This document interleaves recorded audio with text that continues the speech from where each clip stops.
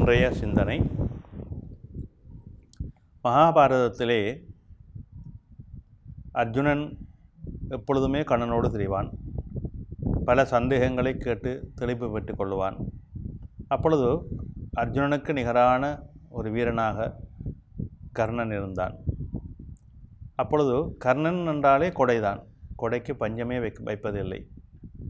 அர்ஜுனன் சொன்னான், கண்ணா, ஏன் கர்ணனை மட்டும்தான் கொடைவள்ளல் என்று சொல்வார்களே, நாங்களும் கொடுப்போம் தானே, கர்ணனிடம் இருப்பது போல நாமும் கொடுக்க முடியும் தானே, அது என்ன கர்ணனுக்கு மட்டும் அப்படி ஒரு தனித்துவம் என்றான். சரி, உன்னுடைய சந்தேகத்தை தீர்க்கிறேன் என்று சொல்லி ஒரு வெள்ளி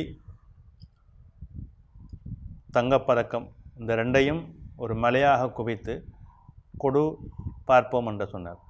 அர்ஜுனனுமோ அன்று முழுவதும் ஆக்களை கூப்பிட்டு கொடுத்து கொண்டே இருக்கிறான். வெள்ளியை வட்டி கொடுக்குறான், தங்கத்தை வட்டி கொடுக்குறான். அன்று முழுவதும் கொடுத்து கொண்டே இருந்தான். களைத்து விட்டான். சரி, கொடுத்து விட்டாயல்லவா, வா. மறுநாள் அர்ஜுனனோடு சென்று நீ இங்கே எண்ணில் விட்டு கர்ணனை கூப்பிட்டு அதே போல் ஒரு வெள்ளி மலை தங்க மலையை கொடுத்து, இதை கர்ணா யாருக்காவது கொடுத்து விடுன்ட்டு கண்ணன் வந்து விடுகிறான். இருவரும் மறைந்திருந்து பார்க்கிறார்கள். கர்ணன் அங்கே இருக்கிறான். 2 பேர் வருகிறார்கள். அவன் அப்படியே கூப்பிட்டு 2 பேருக்கு ஆளுக்கு ஒரு மலையாக எடுத்துக்கொள்ளுங்கள் என்று போய்விடுகிறான். ஒரு சன பொழுதிலே அந்த 2 மலைகளையும் ஆளுக்கே ஒவ்வொருவருக்காக கொடுத்து விட்டான். இதுதான் கொடை வள்ளல் கர்ணன் என்று அர்ஜுனனுக்கு கண்ணன் சொன்னான். கொடுப்பது என்பது சாதாரண விடயம் அல்ல, அதை மனமுவந்து கொடுக்க வேண்டும். நீ கொடுத்ததிலே தவறில்லை, ஆனால் நீ எல்லோருக்கும் களைத்து வட்டி கொடுத்து கொண்டிருந்தாய். ஒரு கொடைவள்ளல் என்பவன் அப்படியெல்லாம் கொடுக்க மாட்டான். அவனிடம் நான் கொடுத்தேன், அதை கொடுத்து விடனால் அடுத்த கணமே ஆளுக்கு முழுவதையும் கொடுத்து விட்டான். அதுதான் கொடை. அவர்கள் எப்படி இருந்தால் என்ன, கொடுக்க வேண்டும் என்று நினைத்து விட்டால் கொடுத்து விட வேண்டும். அதை வாரி கொடுப்பது தான் கொடைவள்ளல். அதுதான் கர்ணனுடைய புகழ்.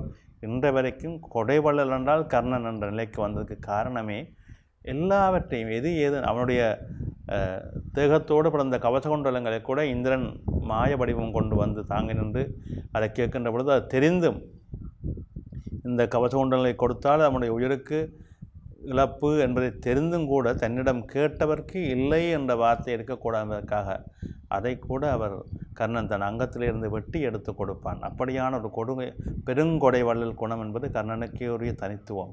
ஆகவே இந்த கொடைவள்ளல் என்பதெல்லாம் சாதாரணமாக வருவதல்ல, அது அடி இதயத்திலிருந்து வர வேண்டும். உண்மையாக அது எதிரியாக இருந்தாலும் நம்மிடம் கேட்கின்ற பொழுது அதை கொடுக்கின்ற மனம் நமக்கு வர வேண்டும். அதுதான் கொடைவள்ளத்தனம். அதுதான் கர்ணன் வாழ்ந்தான். நன்றி.